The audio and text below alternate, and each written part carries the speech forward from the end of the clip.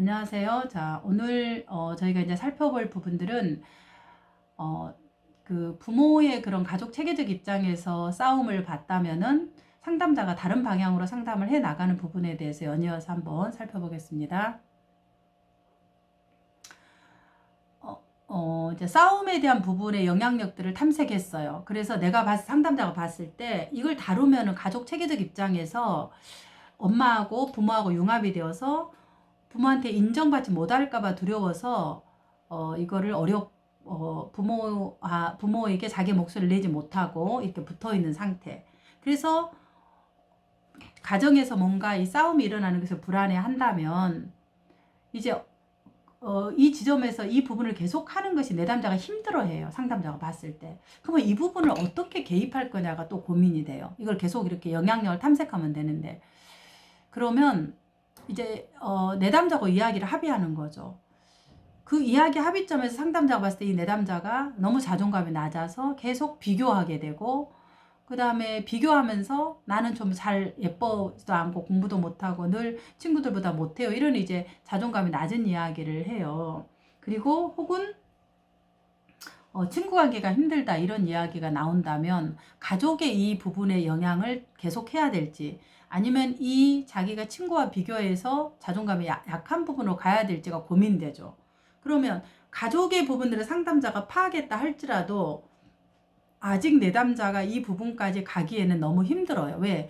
지금 너무 불안하기 때문에 융합돼 있는데, 이거를 상담자가 인식하다 보면은 준비가 안 된 내담자가 더 불안해져 버려요. 왜? 지금은 엄마하고 딱 붙어 있으니까 덜 불안한 거야. 근데 이걸 떨어지려 그러면 힘이 있어야 떨어지는 거예요. 그렇잖아. 우리가 떨어진다라는 것은 힘이 있을 때 우리가 굿바이를 하는 거지, 힘이 없는 사람은 굿바이를 못 해요. 그러니까 그러면 이거를 불안한 이 내담자에게 이 가족 체계적인 입장에서 영향력을 탐색하는 게 더 불안을 촉발시킨다고 상담자가 만약에 파악이 됐다면, 오히려 이 부분은 조금 놔두고 옆에 두고 내담자의 자존감을 상담에 합의해서 들어가는 것도 한 방법입니다. 왜냐? 내담자가 자존감이 약하기 때문에 융합을 하는 거예요. 자기 목소리를 못 내고 맞추어 주는 거죠. 그러면 이 자존감이 낮다라는 증거가 뭐냐면, 다른 사람에게 맞추어주고 늘 비교하고, 나는 저 친구보다 못하고, 나는 예쁘지도 못하고 공부도 못하고 잘하는데도 예쁜데도, 그러면 그 비교치를 가지니까 나라는 것들이 늘 흔들거려요. 친구도, 자, A 친구 보면 어머 저 친구한테 나는 이게 부족해, B 친구 보니까 나는 또 이게 부족해, C 친구 보니까 이게 부족해, 다 부족한 것만 보이는 거야. 그러니까 더 불안하니까 당연히 떨어질 수 없겠죠. 그럴 땐 상담사가 이걸 옆에 두고 어떻게 된다? 여기에 딱 이제 상자에다가 이걸 담아두는 거예요. 다음에 해야지 하고 담아두고 이제 이 내담자의 자존감에 대한 이야기를 하는 거예요. 어떤 거? 너가 볼 때 자존감은 어때요? 내 스스로 괜찮다라는 느낌을 갖는 거잖아. 그러면 상담자가 상담을 진행하면서 이 내담자가 그래도 하고 있는 그런 부분들을 되돌려 주는 거예요.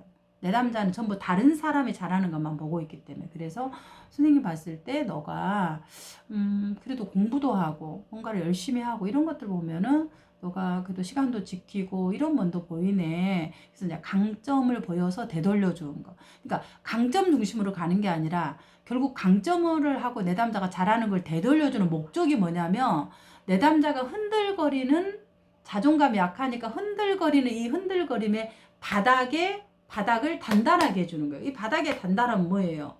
너가 뿌리 내리고 있는 것이 너가 발을 딛고 괜찮게 하고 있다라는 것을 해주는 거예요. 그래서 그걸 어느 정도 힘을 세워준 다음에, 그러면 되면 이제 그래 나는 나로서도 괜찮네, 이런 이제 어느 정도 자기 수용, TCI로 말하는 자기 수용, 유능감, 자기 일치, 이런 부분이 좀 되면은 자율성이 높아지잖아요. 그러게 될 때 이제 이 융합에서 벗어나서 조금 거리를 두고 자기 목소리를 내게 하는 것이 필요한 거죠.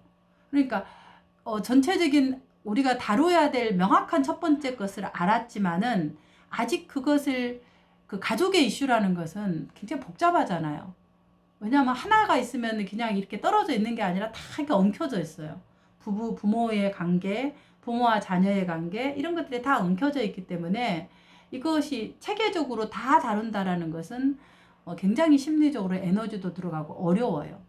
근데 이제 상담자도 어렵지만 내담자도 이 가족의 문제를 바라보는 것은 보통 개인 상담하는 것보다 에너지가 한 10배 정도 들어간다. 그 정도 많이 들어가요. 소모가 되고. 왜? 그냥 살아왔던 익숙한 방식이 아니라 새로운 면을 보고 바라보고 이러기 때문에 자기를 바라보는 것들이 너무 힘든 거예요. 그래서 어려워요.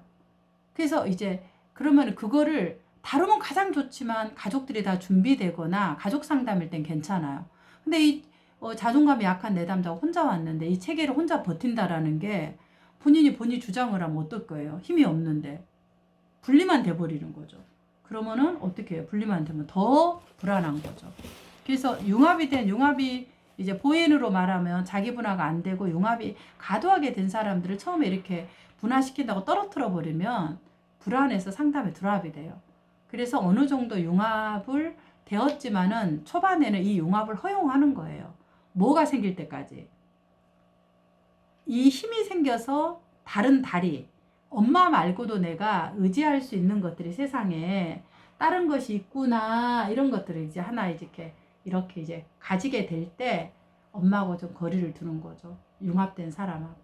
그래서 이 부분을 보게끔 상담자가 도와주는 게 필요해요. 그것이 바로 이제 지지하고 강점을 하면서 내담자의 셀프가 세워지도록 하는 거죠. 내가 괜찮구나. 내가 그래 아주 쪼다만은 아니구나. 꼭 부모의 의견을 다 맞춰줘야만 되는 것은 아니구나. 이런 것들을 이제 내담자가 스스로 인식하고 그렇게 하고 있는 나를 내가 받아들이는 부분에서 내담자가 괜찮다. 이런 것들이 필요하죠. 그러면 이제 이걸 어떻게 하냐? 상담자가 이제 부모가 그 자라는 가정에서 공급해줘야 되는 그 어떤 힘, 에너지, 약, 우리가 이제 저는 항상 그 얘기는 공감약이라 그러죠.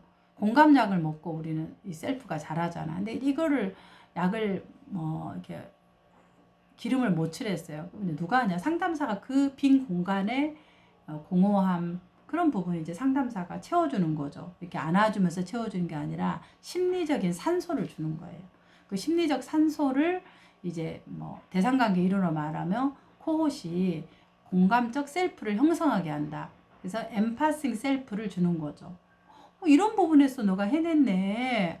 어휴, 너가 이런 부분도 표현하게 됐네. 그래서 갈등이라는 것이 잘못된 게 아니라 갈등이 일어날 수 있다라는 것을 인식하게 하고 또 갈등에 대해서 내가 견뎌보는 거죠.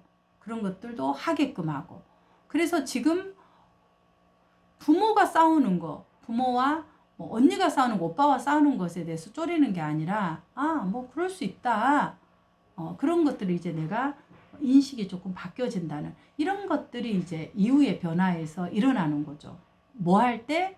상담자가 공감적 자기를 형성해 줄 때. 공감적 자기 형성해 준다기보다 공감을 할 때 이제 내담자가 공감적 자기가 코호수 얘기로 하면은 엠파싱 셀프가 형성되어지는 거죠. 상담자는 그 심리적 산소를 주는 거죠. 우리가 주는 게 어떤 먹을 걸 주고 이런 게 아니라 상담자들이 내담자한테 주는 게 산소인데 그냥 이런 일반의 나라들은 산소가 아니라 심리적 산소를 주는 거예요. 숨을 쉬도록. 그래야 공간이 생겨요. 어떤 공간? 심리적 공간. 그러면 심리적 공간이 왜 필요하냐? 우리가 좀 이렇게 숨을 쉬는 거예요. 여유로.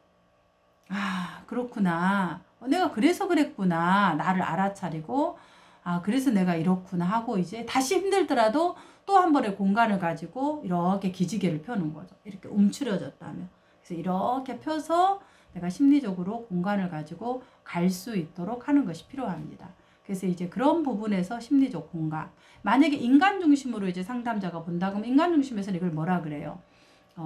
어떤 유기체적인 경험을 하도록 하는 거다. 유기체적 경험은 뭔가요? 어떤 유기체적 경험을 하죠? 현상학적 입장에서 내 셀프가 경험을 하는 것. 어떤 경험? 좋다.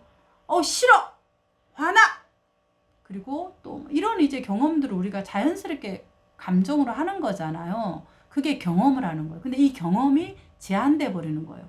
무엇에 의해서? 인간 중심에서는 부모의 조건화된 가치에 의해서 제한되는 거예요. 내가 공부를 해야만 인정받을 수 있어. 그래서 너무 하기 싫은 것을 그 엄마의 표정 때문에 내가 그것을 하는 거예요. 그러면 나라는 존재의 셀프는 나 스스로 내가 경험되어지면서 괜찮다라는 이런 느낌이 아니라 무엇에 의해서 내가 그 뭐라 그럴까요? 이게 되나요? 예를 들자면 뭐 이런 거죠.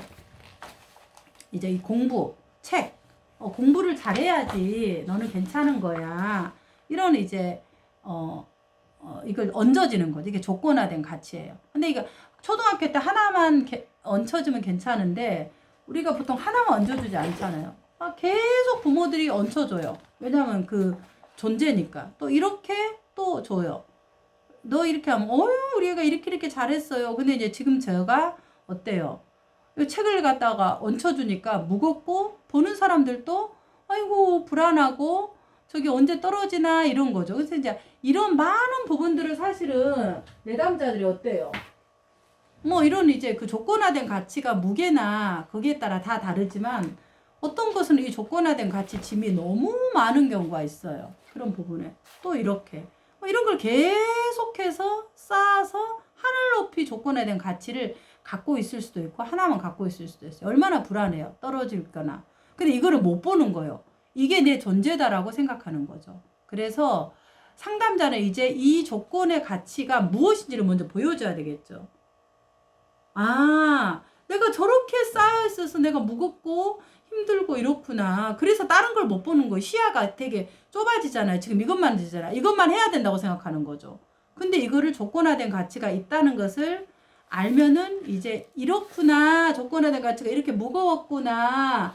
이게 내가 공부를 잘해야 인정받는 거구나. 이렇게 보면은 이걸 이제 이렇게 하지 않아도 된다라는 걸 상담자와 상담가에서 내려놓는 거. 이게 탈가치 조건화.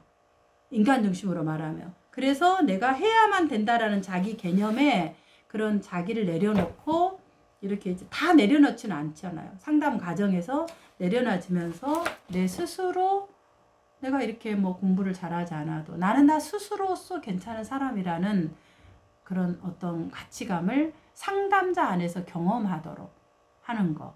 그것이 이제 인간 중심에서 무조건적인 존중, 그 다음에 또 공감적 경청, 이런 부분으로 얘기를 하는 거고, 이제 코세 대상 관계로 얘기를 한다 그러면 심리적 산소를 제공해주는 그런 어떤 상담자의 역할, 이런 부분이 이제 필요할 거라고 보아집니다.